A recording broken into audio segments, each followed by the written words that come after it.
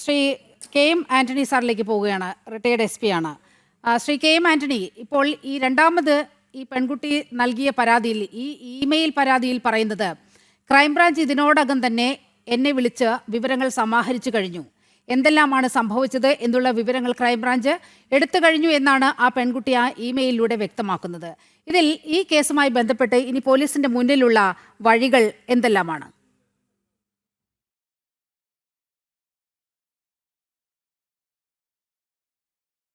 ഇന്നിപ്പോൾ നമ്മൾ പുറത്തു വരുന്ന വിവരങ്ങളുടെ അടിസ്ഥാനത്തിൽ നീലിമ ഈ KPCC പ്രസിഡന്റിന് കൊടുത്ത പരാതി KPCC പ്രസിഡന്റ് DGPക്ക് കൈമാറിയെന്നാണ് മനസ്സിലാക്കുന്നത്.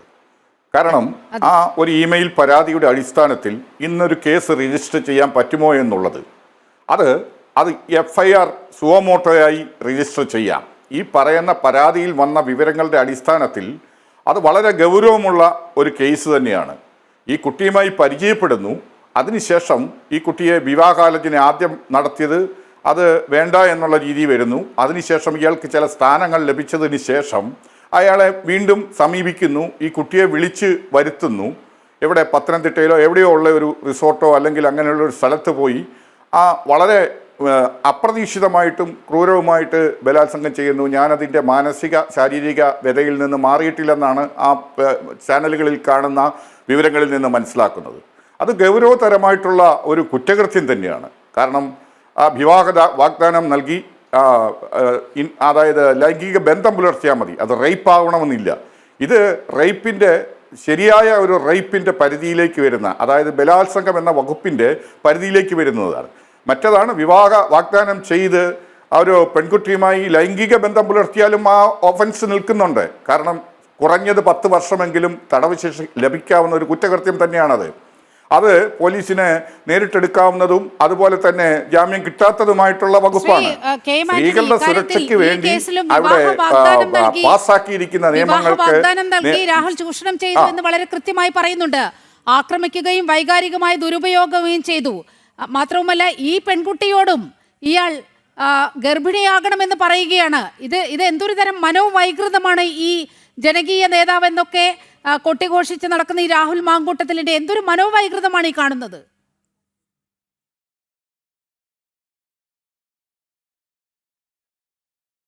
അല്ല, ഒരുപാട് സമാനതകൾ ഈ രണ്ട് സംഭവങ്ങളിലും ഉള്ളതായിട്ടാണ് മനസ്സിലാക്കുന്നത്.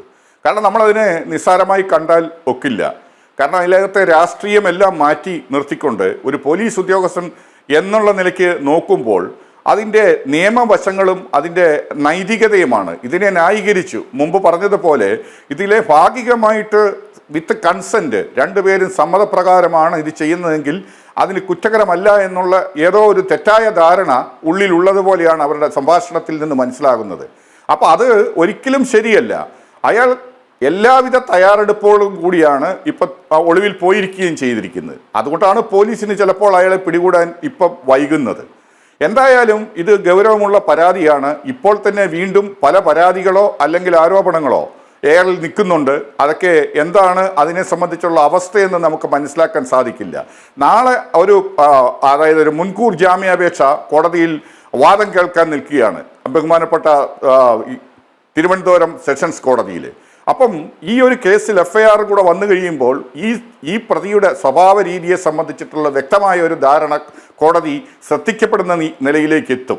അത് എല്ലാം ഈ കേസിലേക്ക് അല്ലെങ്കിൽ ആദ്യ മുൻകൂർ ജാമ്യം പരിഗണിക്കുന്ന കോടതിയുടെ ശ്രദ്ധയിൽപ്പെടുകയും ഇതെല്ലാം ഒരു വളരെ ഗൗരവമുള്ള ഒരു പൊതുപ്രവർത്തകനിൽ നിന്നുണ്ടാകാൻ പാടില്ലാത്ത രീതിയിലുള്ള നീക്കങ്ങളാണ് ഉണ്ടാവുന്നത്. അപ്പോൾ അതിനെ നമ്മൾ മറ്റു രീതിയിൽ കാണേണ്ട കാര്യമില്ല. ഇതിൻ്റെ നിയമവശം നോക്കുമ്പോൾ ശക്തമായ തെളിവുകൾ ഇപ്പോൾ തന്നെ തെളിവിൽ ശേഖരിച്ചിരിക്കുന്നുണ്ട്. ഇപ്പം ഈ ആദ്യ കുട്ടിയുടെ ഗർഭചിത്രം അല്ലെങ്കിൽ പ്രഗ്നൻസിയിൽ ഉണ്ടായിരുന്ന സമയത്ത് സമീപിച്ച ഡോക്ടർമാരുടെ പക്കൽ നിന്നും പിന്നെ മറ്റ് മൊബൈലും മറ്റുമൊക്കെയുള്ള ഡിജിറ്റൽ എവിഡൻസും ഒക്കെ പോലീസ് ശേഖരിച്ച് കഴിഞ്ഞിരിക്കുകയാണ്. അപ്പം വ്യക്തമായ ഒരു പ്രാഥമിക തെളിവ് ശേഖരണം ആ കേസിൽ നടന്നിരിക്കുകയാണ്. അപ്പം കൃത്യമായ പോലീസിനെ പ്രസൻറ്റ് ചെയ്യാൻ പറ്റുന്ന ഒരു കേസായിട്ട് തന്നെയാണ് നമ്മളിതിനെ കാണുന്നത്. നാളെ ഇപ്പോൾ ഇൻ ക്യാമറയിൽ, അതായത് അടച്ചിട്ട കോടതി മുറിയിൽ വേണം വാദം കേൾക്കാനെന്ന് ആദ്യം പ്രതിയും പിന്നീട് പ്രോസിക്യൂഷനും അത് ആവശ്യപ്പെട്ടിട്ടുണ്ട്. ആ കോടതി അത് അംഗീകരിക്കാനാണ് സാധ്യത. കാരണം അത് അവരുടെ സ്വകാര്യതയെ, രണ്ടു കൂട്ടരുടെയും സ്വകാര്യത സൂക്ഷിക്കണമെന്നുള്ള ആവശ്യം അല്ലെങ്കിൽ അഭ്യർത്ഥന രണ്ട് ഭാഗത്തു നിന്നും ഉണ്ടായിട്ടുണ്ടല്ലോ. ആ ഇരയുടെ അല്ലെങ്കിൽ പെൺകുട്ടിയുടെ ഭാഗത്തു നിന്ന് അങ്ങനെ സ്വമേധയാ തന്നെ കോടതി നോക്കാൻ ബാധ്യസ്ഥരാണ്. എന്താണേലും നാളെ ഈ വരുന്ന മുൻകൂർ ജാമ്യ ഹർജിയെ ഇത് ഏത് രീതിയിൽ ബാധിക്കുമെന്നുള്ളതിനെ നമുക്ക് നാളെ തന്നെ കണ്ടറിയേണ്ടതായിട്ട് ഉണ്ട്.